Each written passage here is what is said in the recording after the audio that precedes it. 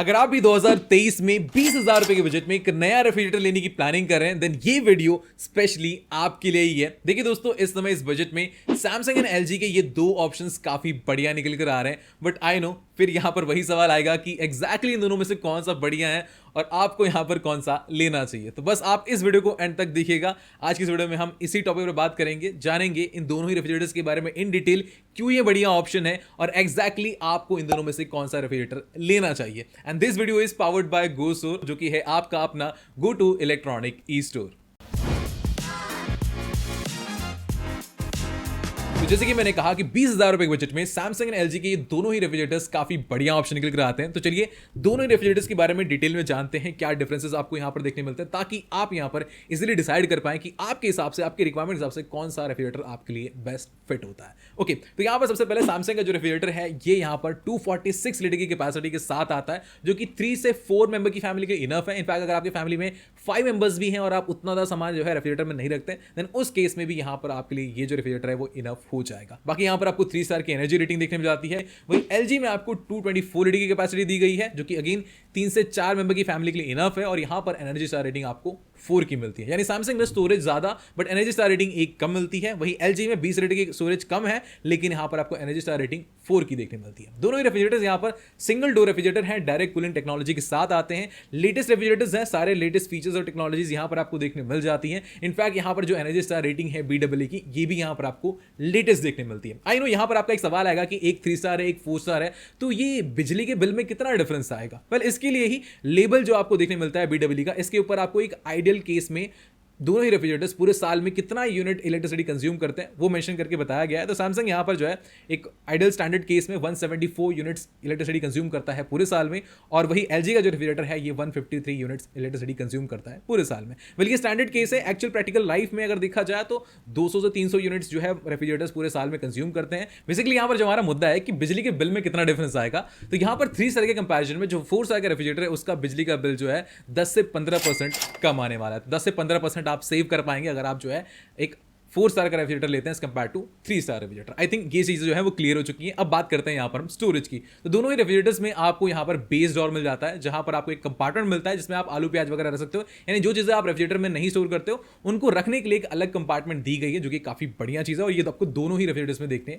मिल जाती है। दोनों ही रेफ्रिजरेटर्स जो है वो अच्छे लुक और बिल्ड क्वालिटी के साथ आते हैं। सैमसंग और एलजी के रेफ्रिजरेटर है तो क्वालिटी वाइज ऐसा कोई इशू नहीं देखने मिलता है। सैमसंग का रेफ्रिजरेटर जो है पेबल ब्लू कलर में आपको देखने मिल जाता है, वही एलजी के रेफ्रिजरेटर में आपको फ्लोरल पैटर्न देखने मिल जा रहा है। इसके अलावा स्टोरेज की बात करी जाए तो सैमसंग के रेफ्रिजरेटर में आपको 4 शेल्फ्स दिए गए हैं, और ये सभी शेल्फ्स जो हैं टफ एंड ग्लास के हैं और 175 kg तक के वेट को बड़े आराम से हैंडल कर सकते हैं। और वही एलजी में भी आपको 4 शेल्फ्स मिल जाते हैं, लेकिन इनमें से सिर्फ टॉप की 3 जो शेल्फ्स हैं ये टफ एंड ग्लास के हैं, ये भी 175 kg तक के वेट को बड़े आराम से हैंडल कर सकते हैं। लेकिन जो नीचे वाला है वो प्लास्टिक मटेरियल का है, तो ये उतना ज़्यादा हैवी वेट हैंडल नहीं कर पाएगा, लेकिन बाकी के 3 यहाँ पर आपको टफ एंड ग्लास के देखने मिल जाते हैं। बाकी दोनों ही रेफ्रिजरेटर्स में आपको 2 लीटर की बॉटल को स्टोर करने का स्पेस जो है वो डोर पे देखने मिल जाता है। मुझे पर्सनली यहाँ पर सैमसंग का जो रेफ्रिजरेटर है इसका जो डोर पर स्टोरेज मैनेजमेंट है वो काफी बेटर लगा है, बिकॉज यहां पर आपको सैमसंग में 2 फ्रेश मैक्स जोन मिल जाते हैं। यहां पर आपको हुक्स दिए गए हैं जिसमें आप जो है प्लास्टिक बैग वगैरह लटका सकते हो, साथ ही साथ आपको डिवाइडर्स मिल जाते हैं जहां पर आप बॉटल्स को रख सकते हो। अब इसका बहुत ही बढ़िया एडवांटेज ये है कि कई बार ऐसा होता है कि हम रेफ्रिजरेटर में साइड में एक ही बॉटल रखते हैं, और कई बार वो जो बॉटल है वो ग्लास वगैरह की होती है, तो जब हम रेफ्रिजरेटर ओपन करते हैं तो वो बॉटल गिर जाती है और ऐसे में टूटने का डर वगैरह रहता है।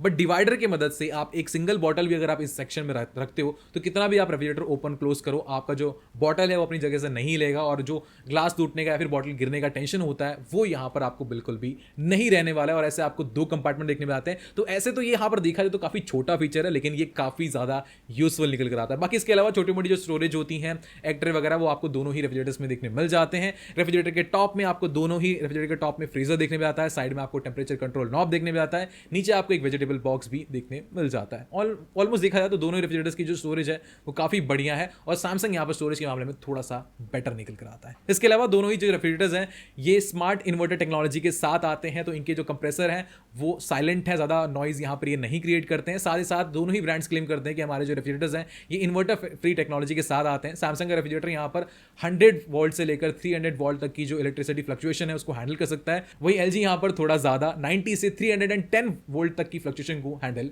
कर सकता है। बाकी दोनों रेफ्रिजरेटर्स को आप सोलर सिस्टम और इन्वर्टर पर चला सकते हो। दोनों रेफ्रिजरेटर्स इन मामले में एकदम बढ़िया निकल कर आते हैं। वेल, इसके अलावा सैमसंग के रेफ्रिजरेटर पर आपको पूरे 1 साल की वारंटी मिलती है और कंप्रेसर पर आपको यहाँ पर 20 साल की वारंटी मिलती है। वही एलजी के रेफ्रिजरेटर पर 1 ईयर की स्टैंडर्ड वारंटी दी गई है और कंप्रेसर पर आपको 10 ईयर की वारंटी देखने मिल जाती है। तो यहाँ पर सैमसंग में आपको 20 साल की कंप्रेसर वारंटी देखने मिल रही है, जो कि अच्छी बात है।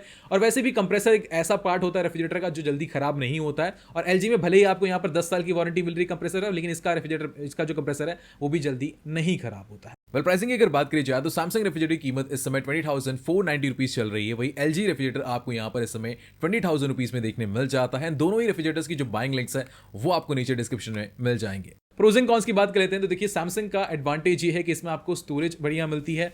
4 शेल्स दिए गए हैं, चारों के चारों यहाँ पर टफन ग्लास के हैं, तो आप यहाँ पर हैवी चीजें रख सकते हैं। इसके अलावा 20 साल की कंप्रेसर वारंटी मिल रही है और साथ ही साथ जो फ्रेश मैक्स जोन है वो भी यहाँ पर काफी बढ़िया है। कॉन्स की बात करी जाए तो ऐसा कोई कॉन नहीं है, बट एलजी के कंपैरिजन में 3 स्टार की रेटिंग है, 4 स्टार होता तो और भी बढ़िया होता। वेल, वही एलजी की अगर बात करी जाए तो एलजी यहाँ पर क्लेम करता है कि ये रेफ्रिजरेटर जो है फास्ट आइस मेकर के साथ आता है, यानी लगभग 110 मिनट्स में जो है ये आइस बना देता है। साथ ही साथ यहाँ पर आपको एनर्जी रेटिंग थोड़ी सी बढ़िया देखने मिलती है। बाकी कॉन्स में ऐसा कोई बड़ा मेजर कॉन नहीं है, बट यहाँ पर 3 शेल्स जो है टफन ग्लास के दिए, अगर चौथा वाला भी टफन ग्लास का मिलता तो और भी बढ़िया होता। तो ऐसा यहाँ पर इतना कोई बड़ा मेजर कॉन नहीं देखने मिलता है। तो ये थे दोनों ही रेफ्रिजरेटर्स की पूरी डिटेल। आई होप यहाँ पर आपको अच्छी तरीके से आइडिया लग चुका है कि दोनों रेफ्रिजरेटर्स में क्या डिफरेंसेस और क्या सारे फीचर्स देखने मिलते हैं। बट आई नो फिर वही सवाल होगा आपका कि एग्जैक्टली कौन सा आपको बाय करना चाहिए। देखिए, मेरे हिसाब से अगर आपकी प्रायोरिटी यहाँ पर ज्यादा स्टोरेज है और आप बेटर स्टोरेज मैनेजमेंट चाहते हैं और आप एनर्जी से थोड़ा सा कॉम्प्रोमाइज कर सकते हैं, आपकी फैमिली थोड़ी सी बड़ी है, देन मैं रेकमेंड करूंगा कि आप जो है सैमसंग बाय कर लीजिए। सैमसंग आपके लिए काफी बढ़िया ऑप्शन है। वही दूसरी तरफ आपके लिए स्टोरेज उतना ज़्यादा इंपॉर्टेंट नहीं है और आपकी प्रायोरिटी है